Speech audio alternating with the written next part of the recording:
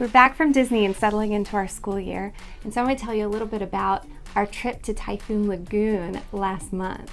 As I'm going through our footage, this is maybe some of the funniest and most fun we had while we were at Disney, and I really am excited to share it with you.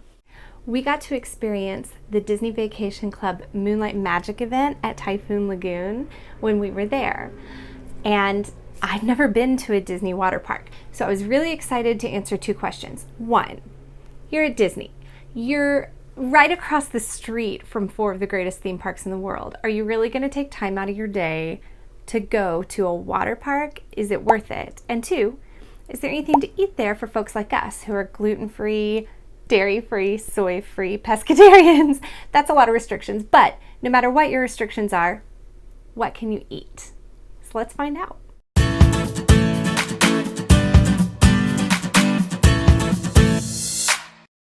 Typhoon Lagoon is part of two Disney water parks, but the other one shut down in 2020 and hasn't reopened yet. So this is your big option for water slides and an awesome wave pool and some things that you just can't get anywhere else. I know, it's hard to believe because the pools are so great at the Disney resorts, but they're nothing like this. This is a full-on, fully themed, fully built out water park, and it's awesome. So we are Disney Vacation Club members. That means we purchase Disney's timeshare points and we use those to stay at Disney Vacation Club villas at the resorts whenever we go to Florida.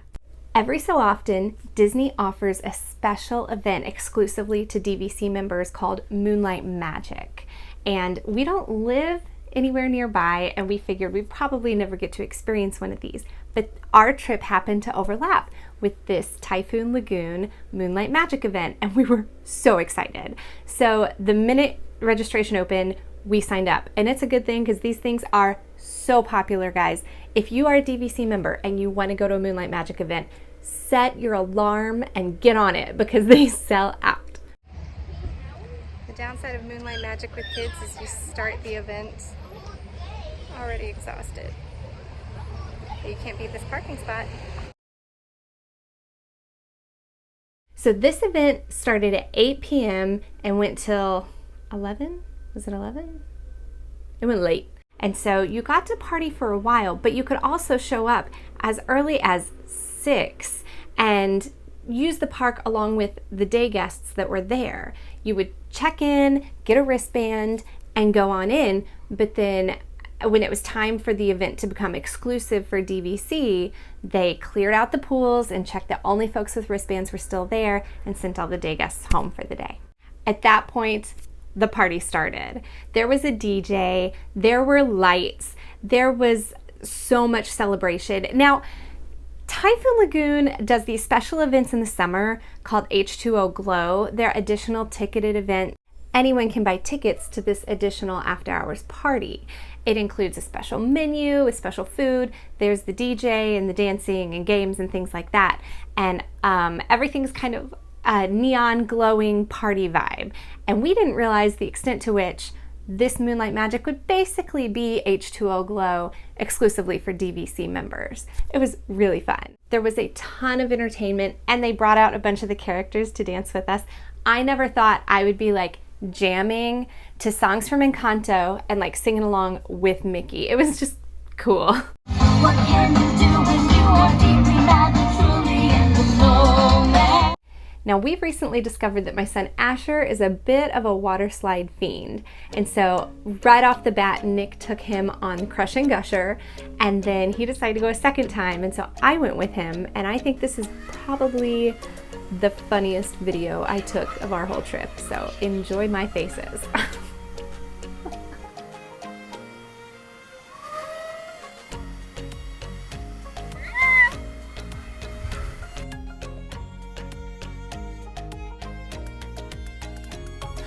I think this was on the pineapple side of the slide.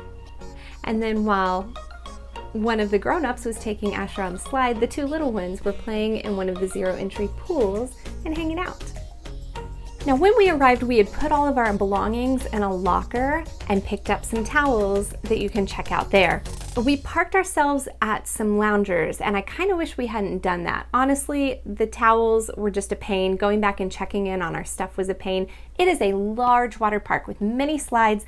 You have to kind of hike across the park back and forth to get to the slide you want to do, and to have to keep going back to this home base where your towels are was a pain. There was nothing specifically valuable there, and so we should have just put all of our stuff in our lockers and waited until the end of the night to get towels. They also had a family water slide, Misadventure Falls, that even our 2-year-old could go on, but it was only up to 4 people per raft. So we divided up, since we are 5 hungry travelers, into boys raft and girls raft. Now, the tricky thing about having a child around 3 or 4 is they start to get big enough to ride the thrill rides, and you don't know yet if they're gonna be a thrill ride person or not. You don't find out until you're on the ride. So Nora was excited to go on this and energetic while we were in line, and hated it so much. And I feel so badly that there's no way you can bail once you're on the ride, but that's one of those life lessons your kid's gonna learn and parenting lessons you get to learn. Now we know we won't make her go again. The wave pool here is bananas. You can actually go surfing on the waves. That's how big they are. And my kids all really loved it. Even Nora, who does not like thrills, loved to hang out in the water, and as the wave would come, I would have to boost the kids up over the waves, while Asher, who's just figuring out how to swim, would go crashing into them and let them take him down and tumble him around. And they love that wave pool. My kids would have happily stayed in the wave pool all day long. So even if you're not into slides, the pool is pretty awesome. And if you're not even into wave pools, there's a lazy river. So there's a range from thrill to lazy. I was kind of into the lazy part. As for dinner options, there are definitely fewer places here than there are in the parks. Now we went right to Leaning Palms, which is the largest food establishment there and kind of the go-to place if you need allergen-friendly foods. We asked them for the allergen menu and got a little bit of a consult going and ended up picking the picadillo rice bowl. Now this can be served plant-based with tofu, but since we're avoiding soy, we didn't get that. It was just rice and corn and beans and some fried plantains. The fryer at Leaning Palms is a dedicated gluten-free fryer. So that's where you go if you want to get gluten-free fries or those plantains. There was really nothing there that was pescatarian, no fish options. Had we gone over to Typhoon Tilly's, they did have a poke bowl option with tuna, but we weren't sure if the sauce had soy in it, and that made us nervous. It wasn't listed as a gluten and soy safe item, so we avoided it. They also have a gluten-free burger bun, but the veggie burgers are Impossible Burgers, and those have soy, so it's a little soy heavy. We were still happy. It was a perfectly fine dinner. But I feel like if you're here for dietary restrictions, specifically like our family, where we are avoiding certain foods because of my child with ADHD, you may want to know about food dyes. And it's not that much of a big deal if you're going on a regular Typhoon Lagoon day. But if you're going to H2O Glow, the food dyes are through the roof.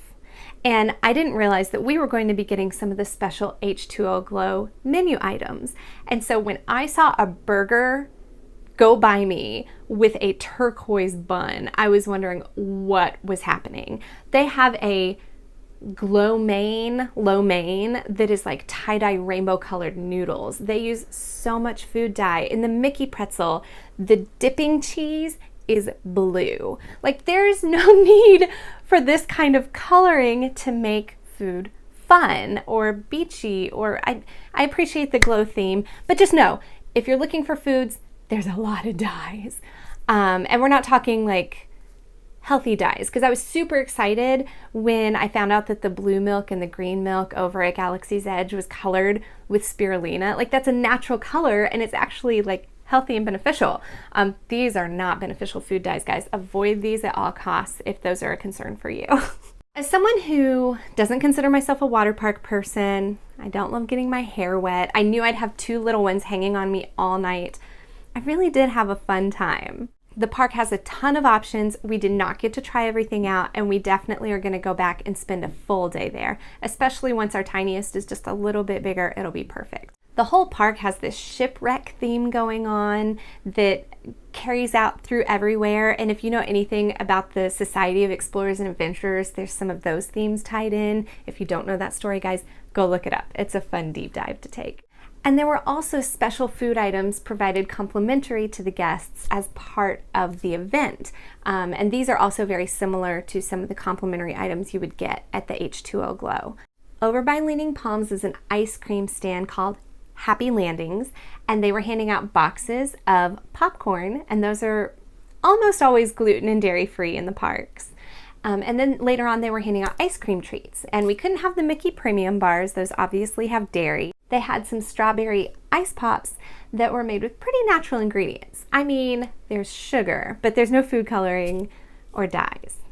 Oh, and the sweetest story, my littlest one, Axon, was finishing up his ice pop and was down to the last couple bites and it fell off the stick, you know, because that's what popsicles do for all kids. And he just started to wail, and a cast member was walking by and she stopped and said, "Oh no, wait 1 second." And she took off sprinting and just came back a couple minutes later with a new ice pop for him. And it was just the kindest moment, and I'm really, really grateful. So was it worth it? Okay, it's really easy to say, Laura, you paid exactly $0 for this event. Of course you're gonna say it was worth it. But will I go back and pay cash for Typhoon Lagoon? And here's what I think. I am a big fan of taking some breaks in your Disney trip.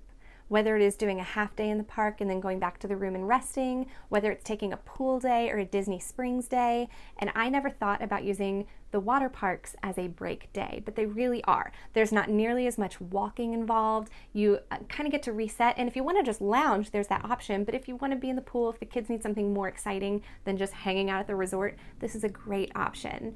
And admission is only around $70 usually, while admission to the theme parks is more like $110 to $160 these days. So it really is a significantly reduced price. It's not like you're doing this in place of a park, but if your trip is at least 5 days or more, this is something you could insert into the middle and it'd be a perfect break day, especially if you have kids that need entertaining on your break day.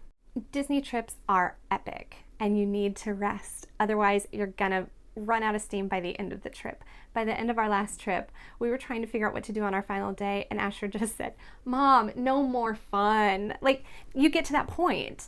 But this day is loaded with Disney magic and lots of fun for a much lower price point, so I think it's a great option.